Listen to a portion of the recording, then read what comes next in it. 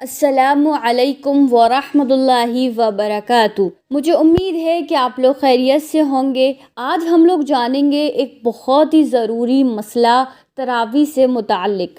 عورتیں تراویح کیسے پڑھیں؟ خواتین کی تراویح پڑھنے کا مکمل طریقہ کیا ہے؟ یہ سوال بہت زیادہ پوچھا جاتا ہے، تو آئیے جانتے ہیں مفتی اے ایم قاسمی صاحب سے خواتین کی تراویح پڑھنے کا مکمل طریقہ۔ خواتین تراویح کس طرح سے پڑھیں؟ آج میں مکمل طریقہ خواتین کی تراویح پڑھنے کا آپ لوگوں کو بتانے جا رہا ہوں۔ مرد حضرات کے بارے میں یہ سمجھا جاتا ہے کہ تراویح صرف مردوں کو پڑھنی ہے، حالانکہ میں ہر سال اس بات کو کلیئر کرتا ہوں، آپ لوگوں کو بتاتا ہوں، پھر بتا رہا ہوں کہ جس طرح سے 20 رکعت تراویح عشاء کی نماز کے بعد مردوں کے لیے سنت مؤکدہ ہے، اسی طرح سے خواتین کے لیے بھی سنت مؤکدہ ہے۔ تراویح پڑھنے کی جو فضیلت مردوں کو حاصل ہوتی ہے وہی فضیلت خواتین کو بھی حاصل ہوتی ہے۔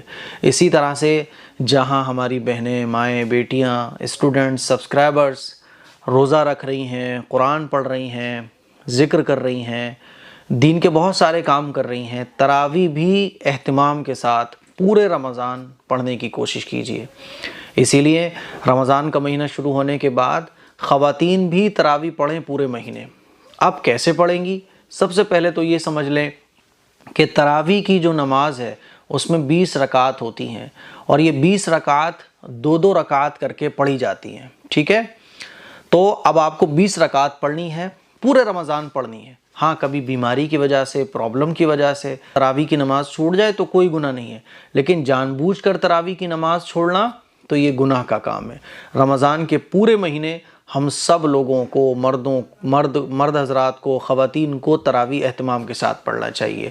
تو 20 رکعت آپ کو پڑھنی ہے۔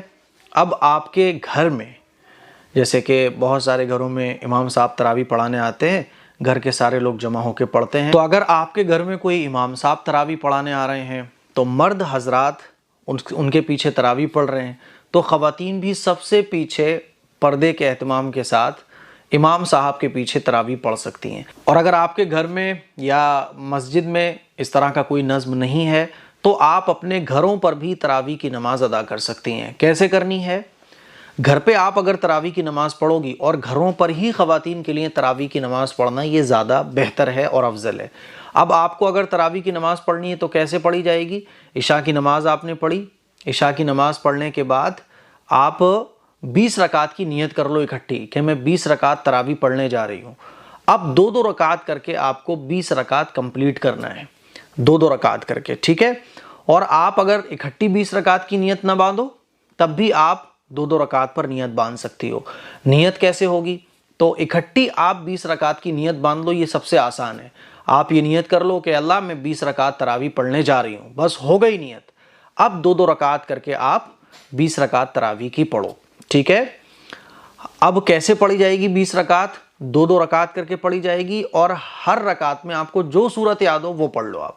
اگر آپ کو علم ترا سے قل اعوذ برب الناس تک 10 صورتیں یاد ہیں تو آپ ایک رکعت میں ایک صورت پڑھیں، دوسری رکعت میں دوسری صورت پڑھیں، اس طرح سے 10 رکعت میں 10 صورتیں پڑھ لیں، پھر دوبارہ سے انہی صورتوں کو ریپیٹ کریں۔